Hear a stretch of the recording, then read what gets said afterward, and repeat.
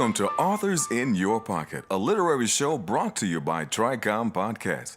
Today's show is an exclusive pod excerpt featuring the New York Times bestselling author Carl Weber, reading from his latest novel, Something on the Side, published by Defina Books, an imprint of Kensington Publishing. We're pleased to have Carl Weber read one of his favorite passages from Something on the Side.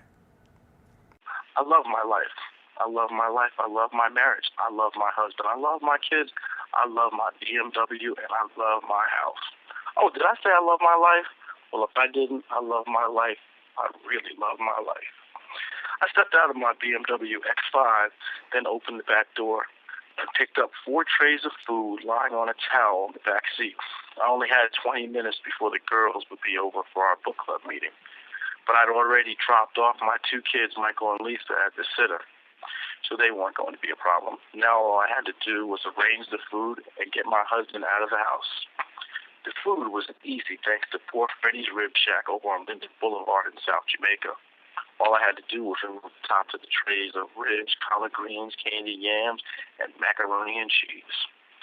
Pull out a couple of bottles of wine from the fridge, and voila, dinner is served. My husband was another thing entirely. He was going to need my personal attention before he left. I entered my house and placed the food on the island in the kitchen, then looked around the room with admiration. We'd been living in our Jamaica Estates home for more than a year now. Still couldn't believe how beautiful it was. My kitchen had black and granite countertops, stainless steel appliances, and handcrafted cherry wood cabinets. It looked like something out of one of those home remodeling magazines, and so did the rest of our house. By the way, did I say I love my life? God, do I love my life, and the man who provides it for me. Speaking of the man who provides it for me, I headed down the hall to the room we called our den. This room was my husband's sanctuary, mainly because of the 52-inch plasma television hanging on the wall and the 900-some-odd channels DirecTV provided. I walked into the den, and there he was, the love of my life, my husband, Tim. By most women's standards, Tim wasn't all that on the outside. He was short and skinny, only 5'8", 140 pounds, with a dark brown complexion. Don't get me wrong, my husband wasn't a bad-looking man. He just wasn't the type of man that would stop Sister dead in her tracks when he walked by. To truly see Tim's beauty, you'd have to look within him, because his beauty was his intellect, his courteousness, and his uncanny ability to make people feel good about themselves. Tim was just a very special man with a magnetic personality, and it only took a few minutes in his presence for everyone who'd ever met him to see it. Tim smiled as he stood up to greet me.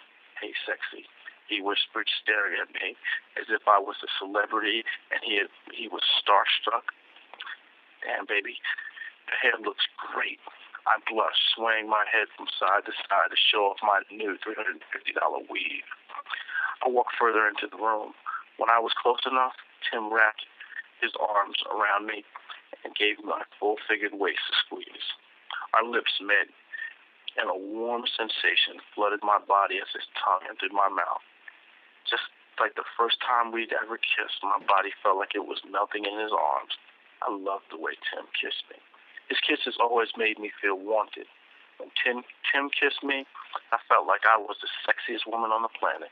We broke our kiss. Tim glanced at his watch. "Baby, I could kiss you all night. But if I'm not mistaken, your book club meeting is getting ready to start, isn't it?"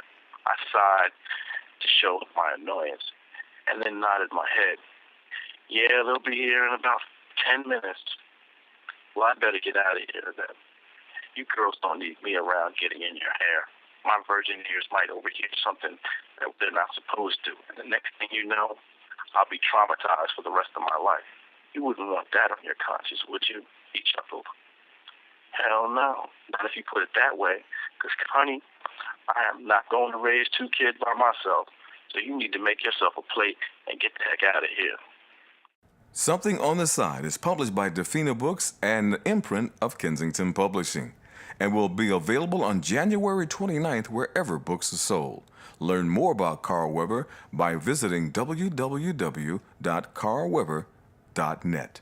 If you'd like to know more about our show, please visit us at www.authorsinyourpocket.com or www.tricompodcast.com.